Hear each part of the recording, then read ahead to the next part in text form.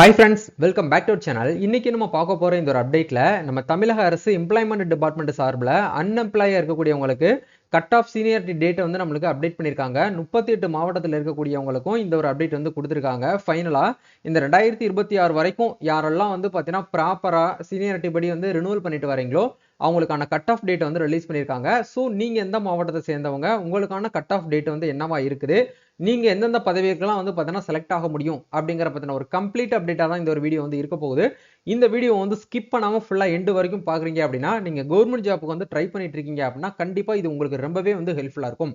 வீடியோக்குள்ள போறதுக்கு முன்னாடி இப்பதான் நம்ம சேனலை நீங்க ஃபர்ஸ்ட் டைம் பாக்குறீங்க அப்படின்னா இந்த வீடியோக்கு கீழே இருக்கக்கூடிய சப்ஸ்கிரைப் பட்டனையும் பக்கத்தில் இருக்கக்கூடிய அந்த பெல் பட்டனை கிளிக் பண்ணி ஆல்ங்கிறத நபிள் பண்ணி வச்சுக்கோங்க.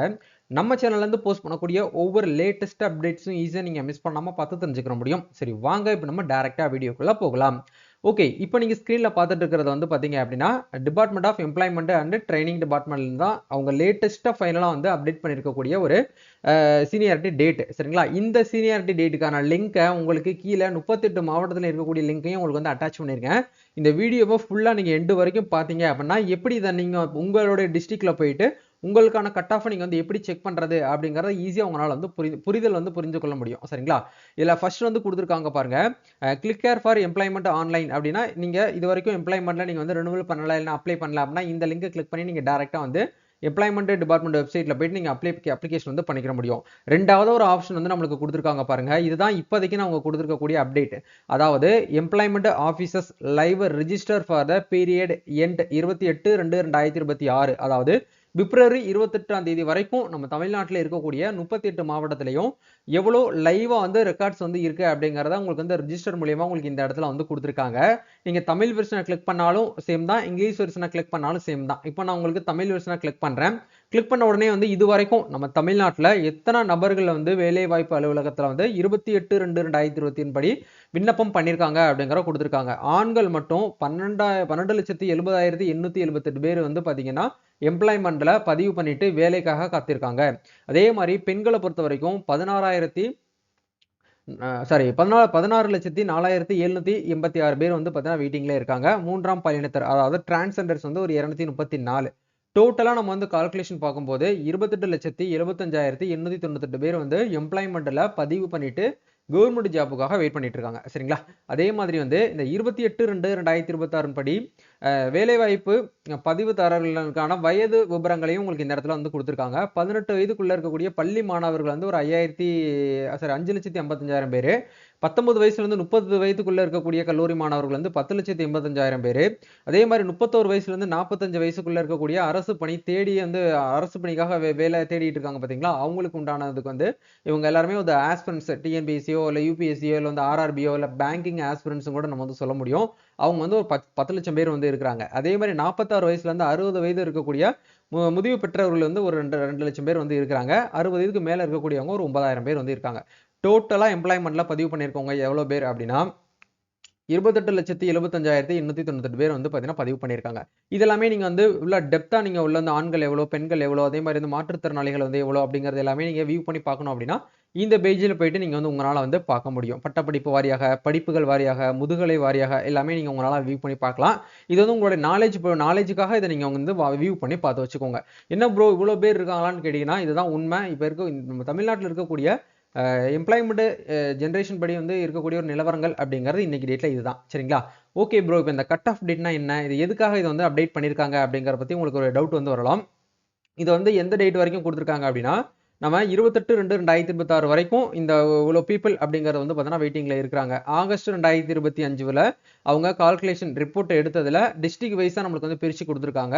இப்போ நம்ம ஒவ்வொரு டிஸ்ட்ரிக்ட் வைஸா வந்து எவ்வளோ கட் ஆஃப் மார்க் வந்து ரிலீஸ் பண்ணியிருக்காங்க அப்படிங்கிற எக்ஸாம்பிளுக்கு ஒரு டிஸ்ட்ரிக்ட் வச்சு உங்களுக்கு வந்து புரிய வைக்கணும் அப்படிங்கிறதுக்காக வந்து நான் ஒரு டிஸ்ட்ரிக்ட் வந்து செலக்ட் பண்றேன். என்னுடைய சொந்த நெகட்டிவ் பிளேஸான ராமநாதபுரத்தை வந்து செலக்ட் பண்றேன். அதை கிளிக் பண்ண உடனே நம்மளுக்கு ஒரு பிடிஎஃப் வந்து ஓப்பன் ஆக ஆரம்பிக்கும். இது உங்களுடைய மொபைல் ஃபோன் மூலியமாவே நீங்க வந்து வியூ பண்ணி பார்க்க முடியும். இப்போ இந்த இடத்துல வந்து பாருங்க, அதாவது பிடிஎஃப்ல நம்மளுக்கு வந்து மென்ஷன் பண்ணி கொடுத்துருக்காங்க பாருங்க. ஒவ்வொரு குவாலிஃபிகேஷன் வைஸா நம்மளுக்கு இந்த இடத்துல பிரிச்சு கொடுத்துருப்பாங்க. சரிங்களா? இந்த பிடிஎஃப் நீங்க ஜூம் பண்ணி பார்த்தீங்க அப்படின்னா நீங்க எந்த டிஸ்ட்ரிக்ட், இப்போ ராமநாதபுரம்னா ராமநாதபுரம் அப்படிங்கிற டிஸ்ட்ரிக்ட்ல டேட் வந்து மென்ஷன் பண்ணிருப்பாங்க. District employment and career guidelines அப்படின்னு சொல்லிட்டு உங்களுக்கு இந்த இடத்துல மென்ஷன் பண்ணிட்டு கீழே அப்படியே ஸ்க்ரோல் பண்ணீங்க அப்படின்னா cut off details of seniority for nomination in receipt அப்படின்னு சொல்லிட்டு உங்களுக்கு இந்த இடத்துல ரெஸ்பான்ஸ் டு வேகன்சிஸ் நோட்டிஃபைட் அப்படிங்கிற உங்களுக்கு மென்ஷன் பண்ணியிருப்பாங்க. இப்போ ரைட் சைடில் வாங்க, இந்த இடத்துல குவாலிஃபிகேஷன் அப்படிங்கிற இடத்துல வந்து உங்களுக்கு என்னென்ன குவாலிஃபிகேஷன் இருக்கு அப்படிங்கிற உங்களுக்கு இந்த இடத்துல வந்து மென்ஷன் பண்ணி கொடுத்துருப்பாங்க. சரிங்களா? இப்போ ஒவ்வொரு டிஸ்ட்ரிக்ட் பொறுத்த வரைக்கும் குவாலிஃபிகேஷன் அப்படிங்கிறது வந்து மாறும். இப்போ இந்த இடத்துல பாருங்க, நைட் வாட்ச்மேன், அதே மாதிரி வந்து ஸ்வைப்பர், அதே மாதிரி வந்து சானிட்டரி ஒர்க்கர், அதே மாதிரி office assistant, record clerk, junior assistant, அதே மாதிரி ஜூனியர் அசிஸ்டன்ட்ல SSLC to 12th applied, driver லோ எல்எம்வி அப்படின்னா வந்து பார்த்தீங்க அப்படின்னா லைட் மோட்டார் வெஹிக்கிள் அப்படிங்கிற ஒரு அர்த்தம். அதே மாதிரி ஹெச்எம்வி அப்படின்னா பேட்ச் வச்சிருக்கக்கூடியவங்க. சரிங்களா? லைட் மோட்டார் வெஹிக்கிள், இது வந்து ஹை மோட்டார் வெஹிக்கிள். சரிங்களா? அதே மாதிரி கண்ட்ரக்டர் கம் டிரைவர், அதே மாதிரி வந்து ஃபிட்டர், டேர்னர், அதே மாதிரி வந்து ஓவர்சியர், வயர்மேன் சொல்லிட்டு பல ஆப்ஷன்கள் நம்மளுக்கு இந்த இடத்துல வந்து கொடுத்துருப்பாங்க. இது வந்து ஒவ்வொரு டிஸ்ட்ரிக்ட் பொறுத்தும் உங்களுக்கு இந்த இடத்துல வந்து என்ன ஆகும் அப்படின்னா குவாலிஃபிகேஷன் அந்த போஸ்டிங் நேம் வந்து மாறும். இப்போ நீங்கள் பார்த்தது எல்லாமே வந்து பார்த்தீங்க அப்படின்னா ரொம்ப பேசிக்காக இருக்கக்கூடிய லெவலில் இருக்கக்கூடிய ஒரு போஸ்டிங். லைக் வந்து இப்போ இந்த போஸ்டிங் எல்லாமே வந்து டிஎன்பிஎஸ்சி குரூப் 4லேயே வந்து இந்த ஒரு போஸ்டிங் அப்படிங்கிறது வந்துடும். மினிமம் நீங்கள் வந்து 10th 8ஆம் கிளாஸ் 10ஆம் கிளாஸ் 12ஆம் கிளாஸ் இந்த லெவலில் இருக்கக்கூடிய போஸ்டிங் மட்டும்தான் உங்களுக்கு இந்த இடத்துல கொடுத்துருப்பாங்க.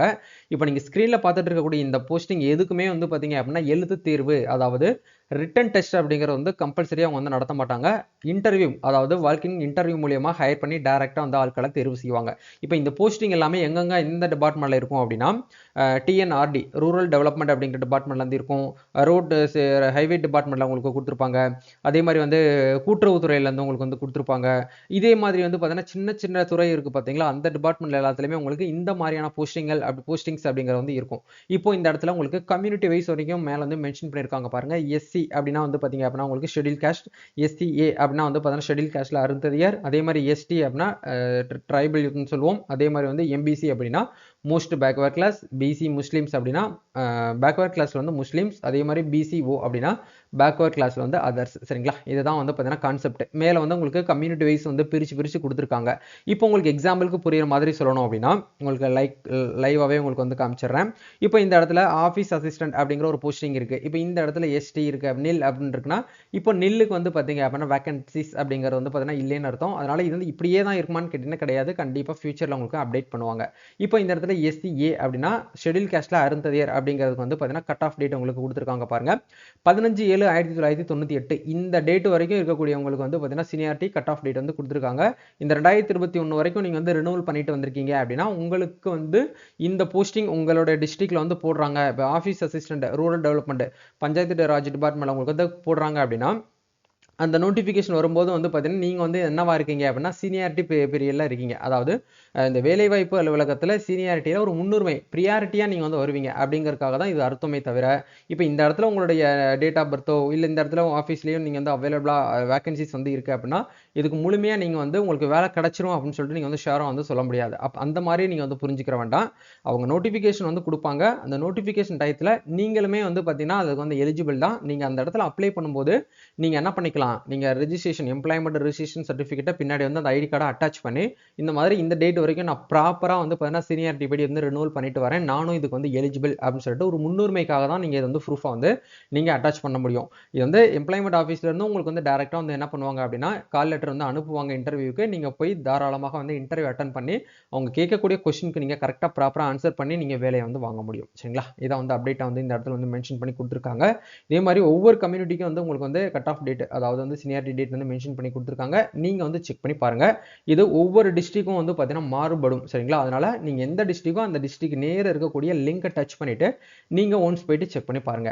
இது வந்து இப்போதைக்குன்னு ஃபைனலாக வந்து கடந்த பிப்ரவரி மந்த் எண்டில் அவங்க லைவாக ரிப்போர்ட் எடுத்த அப்டேட்டை தான் இந்த இடத்துல வந்து ஷேர் பண்ணியிருக்காங்க. ஸோ இதுக்கான டேரக்ட் லிங்க் உங்களுக்கு கீழே டிஸ்கிரிப்ஷன் வந்து அட்டாச் பண்ணியிருக்கேன். நீங்கள் போயிட்டு வந்து உங்களோட மொபைல் ஃபோன்லேயே வந்து செக் பண்ணி பாருங்க. கண்டிப்பாக இந்த வீடியோ உங்களுக்கு ரொம்பவே வந்து ஹெல்ப்ஃபுல்லாக இருக்கும்னு நினைக்கிறேன். இந்த மாதிரி கவர்மெண்ட் சார்பிலேருந்து வரக்கூடிய ஒவ்வொரு லேட்டஸ்ட் தகவல்களையும் அப்டேட்ஸும் நீங்கள் ரெகுலராக வாட்ச் பண்ணணும் அப்படின்னு நினச்சிங்கன்னா நம்ம சோசியல் மீடியா பேஜ் வந்து ஃபாலோ பண்ணிக்கோங்க. எல்லா அப்டேட்ஸுமே வந்து பார்த்தீங்க அப்படின்னா ரொம்ப யூனிக்காகவும் ரொம்ப லைவாகவும் ஸ்டூடெண்ட்ஸ்க்கும் ஆஸ்பிரண்ட்ஸ்க்கும் ரொம்பவே வந்து ஹெல்ப்ஃபுல்லாக இருக்கக்கூடிய அப்டேட்ஸ் மட்டும்தான் நம்ம சோசியல் மீடியா பேஜில் வந்து ரெகுலராக அப்டேட் பண்ணிட்டு இருக்கோம். அதுக்கான லிங்க் எல்லாமே உங்களுக்கு கீழே டிஸ்கிரிப்ஷன் வந்து இருக்குது. மறக்காமல் போயிட்டு ஒரு ஃபாலோ அப் போட்டு வச்சுக்கோங்க. நம்ம நெக்ஸ்ட் ஒரு அனதர் வீடியோவில் வந்து மீட் பண்ணலாம். தேங்க்யூ.